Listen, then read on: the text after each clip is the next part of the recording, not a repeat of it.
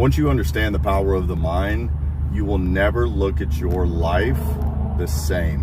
And what I mean by that is, did you know, and you can reference many, many books and gurus over the course of the last 100 plus years, Charles F. Fanon, Joseph Murphy, Neville Goddard, Earl Nightingale, Napoleon Hill. I mean, it goes on and on. Charles F. Fanon, The Master Key System, that was the book supposedly that Bill Gates read before he dropped out of college and went to go open up Microsoft.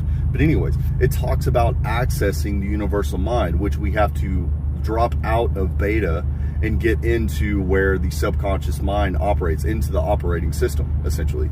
So anyways, my cousin and I were talking the other night, and we were talking about the Joe Dispenza Online Progressive course, which I shared with him about a year ago. And then also, as I shared it with him and he was going through it, I was enticed to go back through it again myself. And when I went through it the second time, it was like watching a completely different course. It's like I had never even seen it before. And that's because I was not the same person I was when I watched it in 2024 when I went to the 7-day meditation retreat, right?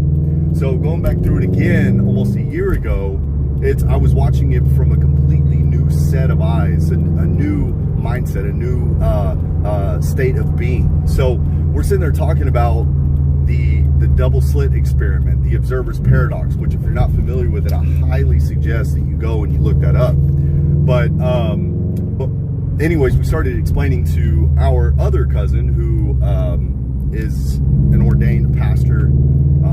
He's went to ministry school or whatever. Jesus is the center of his life.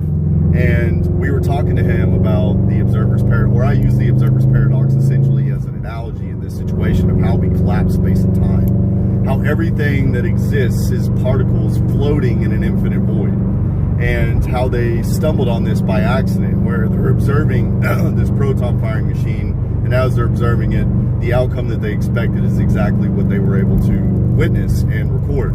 But when they went away, the results were completely different. The particles spreaded back into infinite space, infinite possibilities that Joe Dispenza talks about. And anyways, that came into the one central idea that whatever we focus on, we will get more of.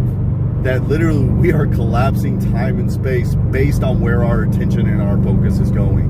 So if your attention and focus is in the unconscious program and you're just coasting through your life, then you're always going to be effect to life versus cause over it. But if you can gain the power of your attention and focus only on what you do want, then what happens is you're collapsing time and space. You are literally collapsing particles into matter to make it